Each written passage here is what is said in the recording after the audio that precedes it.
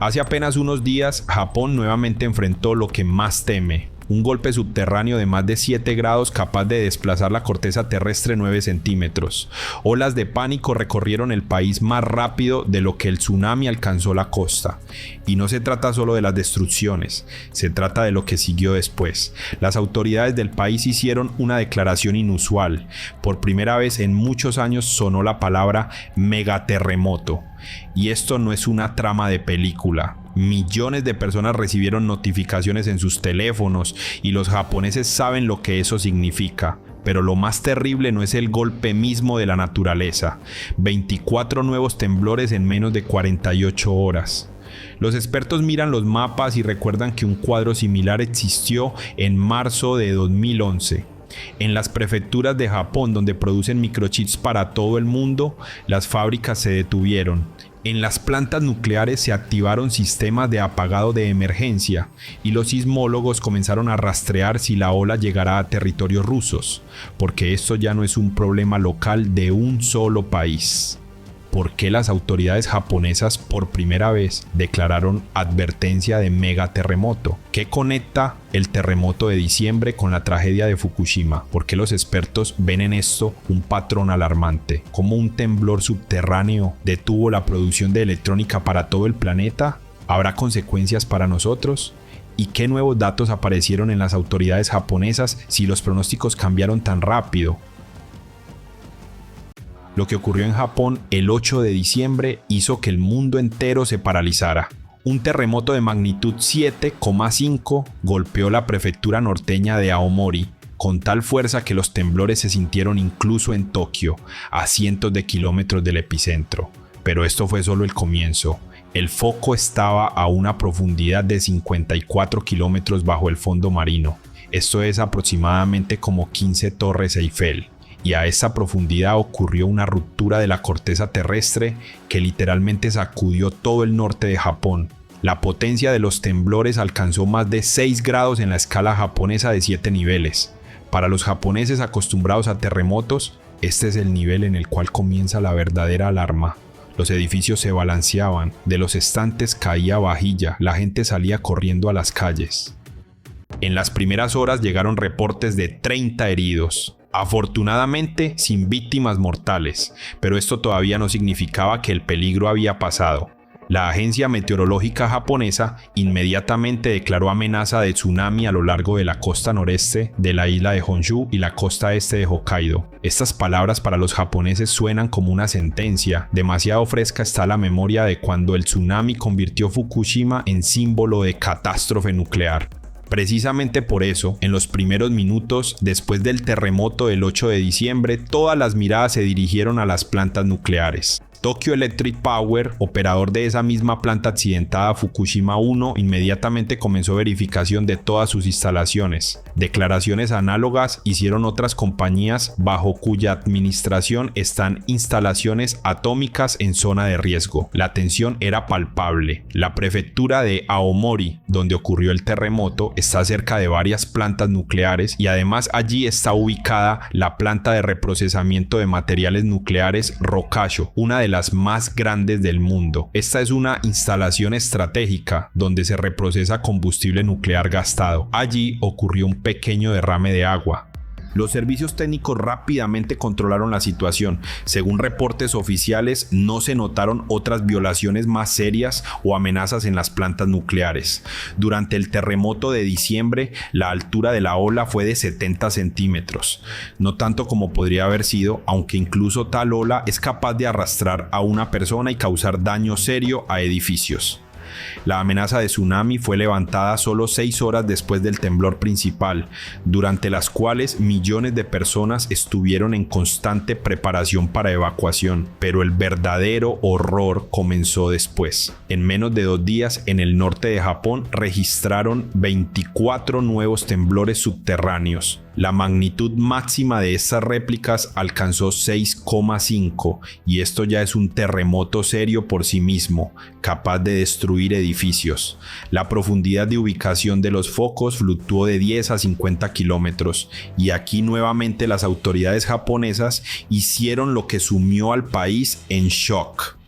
el gobierno de Japón emitió advertencia oficial sobre aumento de riesgo de megaterremoto de magnitud 8 y superior. Las autoridades enfatizaron que esto no es pronóstico, sino advertencia. La zona de riesgo abarcó 182 municipalidades desde el norte de Hokkaido hasta la prefectura de Chiba cerca de Tokio.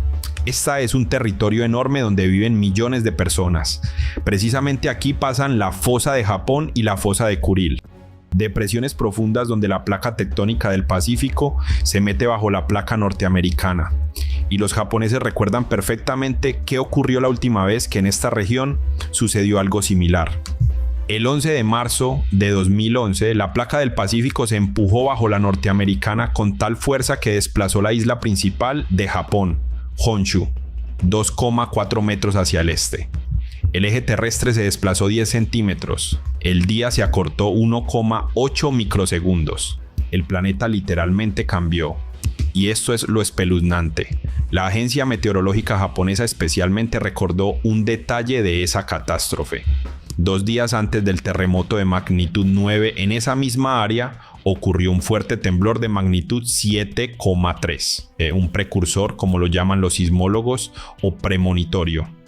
Entonces, en 2011, nadie conectó estos eventos. El terremoto de 7,3 fue considerado no tan terrible para Japón, pero el 11 de marzo quedó claro. Esto fue una advertencia. La situación actual tiene rasgos similares. 8 de diciembre de 2025, terremoto de 7,5, región de Hokkaido y Sanriku, donde pasan esas mismas zonas de subducción. 24 réplicas en 2 días. Las autoridades dicen directamente, la situación realmente se parece a 2011, por eso incluso un pequeño porcentaje de probabilidad de megaterremoto es motivo de alarma. Los cálculos gubernamentales muestran que un nuevo megaterremoto en la zona Hokkaido-Sanriku puede causar tsunami de hasta 30 metros de altura. Tal ola arrasará todo a su paso. El representante del Gabinete de Ministros sobre cuestiones de prevención de desastres naturales se dirigió a los ciudadanos. Sus palabras sonaron cautelosas pero firmes y claras. No caer en pánico, pero estar preparados. A la población le recomendaron preparar una maleta de emergencia con artículos de primera necesidad e incluso dormir con ropa cotidiana para que en caso de temblores se pudiera salir corriendo instantáneamente a la calle. Por toda la zona de riesgo pasaron ejercicios no programados, verificaron el sistema de alerta, rutas de evacuación, preparación de refugios, pero la influencia del terremoto no se limita solo a Japón. El director del Instituto de Teoría de Pronóstico de Terremotos de la Academia Rusa de Ciencias, Piotr Shevalin, inmediatamente después de los temblores hizo declaración sobre posibles consecuencias para territorios rusos. La fosa de Kuril se extiende desde la costa este de Hokkaido hasta las islas Kuriles de Rusia. Esta es una estructura tectónica única. Lo que ocurre en el sector japonés puede influir en el ruso. Shevalin advirtió que hay probabilidad de que la ola llegue a las Kuriles del sur. El tsunami se mueve por el océano a velocidad de avión, 800 km por hora. De Japón a las Kuriles hay varios cientos de kilómetros. Esto significa que el tsunami podría alcanzar costas rusas en hora y media después del temblor. Pero las consecuencias del terremoto de diciembre resultaron no solo humanitarias.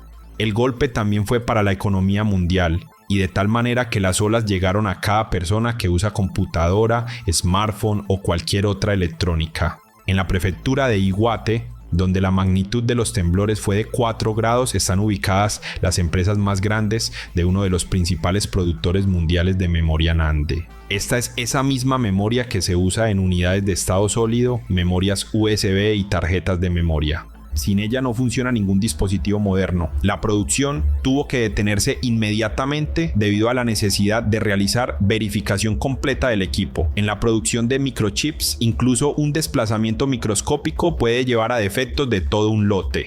Imaginen, los chips se fabrican con precisión de nanómetros. Un nanómetro es 1.000 millonésima parte de un metro. Un cabello humano tiene grosor de alrededor de 80.000 nanómetros y un terremoto incluso de 4 grados puede afectar tal producción. Los analistas de TrendForce inmediatamente dieron la alarma. El mercado de memoria NAND ya estaba bajo presión. El auge de inteligencia artificial creó enorme demanda de unidades de estado sólido para centros de procesamiento de datos. La demanda supera la oferta. Por eso los precios suben y en este momento uno de los mayores productores suspende el trabajo. En esa misma prefectura de Iwate está la empresa Tokyo Electron, el mayor proveedor de equipo litográfico para producción de semiconductores. Sin este equipo es imposible la producción de chips modernos. Toshiba también tiene allí empresa de producción de chips y sensores de imagen. Estos sensores se usan en cámaras de smartphones, equipo médico y sistemas de seguridad. La detención de producción significa retrasos de entregas en todo el mundo. Por ahora ya reportaron que las empresas no sufrieron daños. Sin embargo, el hecho mismo de que un terremoto de tal fuerza ocurrió cerca de instalaciones estratégicas causó preguntas. ¿Qué pasará si el próximo temblor es más fuerte? Y mientras los economistas calculan pérdidas potenciales, los geólogos miran gráficos de sismógrafos e intentan entender los nuevos datos. Para entender por qué Japón está bajo amenaza constante, hay que mirar lo que ocurre profundo bajo el agua del Océano Pacífico. Precisamente allí, en el fondo marino, se desarrolla un proceso geológico que determina el destino de países enteros.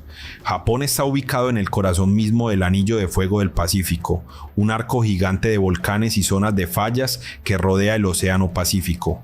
La causa de los temblores son las zonas de subducción. Estos son lugares donde las placas tectónicas oceánicas se empujan bajo las continentales y se sumergen en el manto terrestre. Frente a las costas del norte de Japón hay dos tales lugares, la fosa de Japón y la fosa de Kuril. Precisamente aquí la placa del Pacífico se mete bajo la placa norteamericana.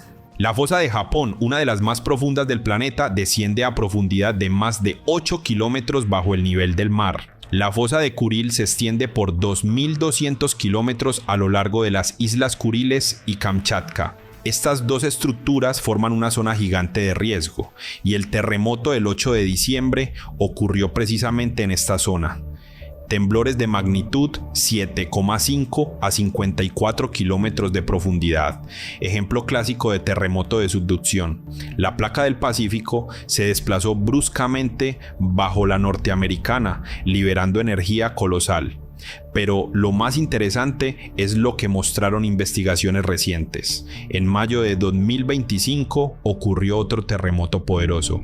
Esta vez en la península de Noto de magnitud 7,5 y los científicos notaron algo sorprendente. En algunas áreas la tierra firme se elevó a altura de hasta 5 metros. Un grupo de científicos realizó una modelación única por supercomputadora para entender por qué la escala de elevación de la tierra difería en distintos lugares. Crearon un modelo tridimensional del terremoto considerando muchos factores.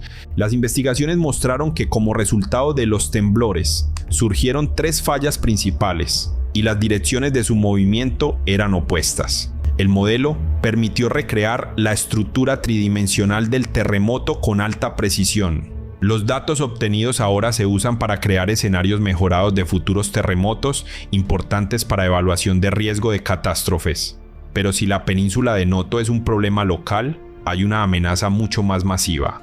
En la costa sur de Japón pasa la fosa de Nankai, otra zona de subducción que se considera la más peligrosa del país. Los expertos evalúan la probabilidad de terremoto fuerte en Nankai durante 30 años en 70 a 80%. Bajo la fosa de Nankai se encuentra una falla enorme y activa. Se inserta en la corteza terrestre bajo ángulo muy pronunciado y los desplazamientos constantes a lo largo de ella son capaces de causar colapso de masas enormes de agua. En 1944, un terremoto de magnitud 8,1 en la región de Tonankai llevó a la muerte de más de 1.000 personas por tsunami. Según nuevos pronósticos, si en la fosa de Nankai ocurre un megaterremoto de magnitud 8 a 9, tsunami de hasta 35 metros de altura cubrirá amplia área de la costa del Pacífico. Otra particularidad de la fosa de Nankai Los terremotos aquí ocurren en cadena. Si ocurre un temblor de magnitud 8 en una parte de la fosa, esto puede provocar terremotos secuenciales por toda la región. La experiencia de agosto de 2024, cuando la advertencia sobre la fosa de Nankai causó pánico, obligó a las autoridades a cambiar el enfoque de comunicación. Entonces, el mensaje fue demasiado poco claro y por eso especialmente aterrador. La gente no entendió cuán seria era la amenaza y cayó en pánico. Las tiendas se vaciaron en horas. En Tokio, a cientos de kilómetros de la fosa de Nankai, la gente compraba conservas por cajas. Algunos hoteles en la costa registraron 70% de cancelaciones de reservas. La industria turística perdió cientos de millones de dólares. Y el terremoto nunca ocurrió. La advertencia actual está compuesta diferente. Formulaciones claras y simples, recomendaciones concretas en lugar de pronósticos aterradores y lo principal, énfasis en preparación, no en pánico. Pero de una u otra forma, la situación en Japón ya atrajo la atención del mundo entero, porque este no es simplemente un país al borde de una placa tectónica. Esta es la tercera economía del mundo, el mayor productor de productos de alta tecnología, socio comercial importante de decenas de países. Si en Japón ocurre un megaterremoto, las consecuencias las sentirá el mundo entero. Se interrumpirán cadenas de suministro de electrónica, automóviles, equipo industrial. Los precios de semiconductores se dispararán, lo que golpeará la producción de todo, desde smartphones hasta refrigeradores. Los mercados financieros reaccionarán con pánico, pero hay un contexto más amplio. El Anillo de Fuego del Pacífico abarca no solo Japón, Filipinas, Indonesia, Chile, la costa oeste de Estados Unidos, Nueva Zelanda. Todas estas regiones están en zonas de subducción. Si se activa una zona grande, esto puede influir en otras. Y mientras tanto, los sismógrafos continúan registrando réplicas. La gente continúa durmiendo con ropa, manteniendo listas las mochilas de emergencia y esperando, porque en Japón todos saben que la tierra no perdona la imprudencia. Si te gustó este video, dale like y suscríbete al canal para no perderte nuevos videos.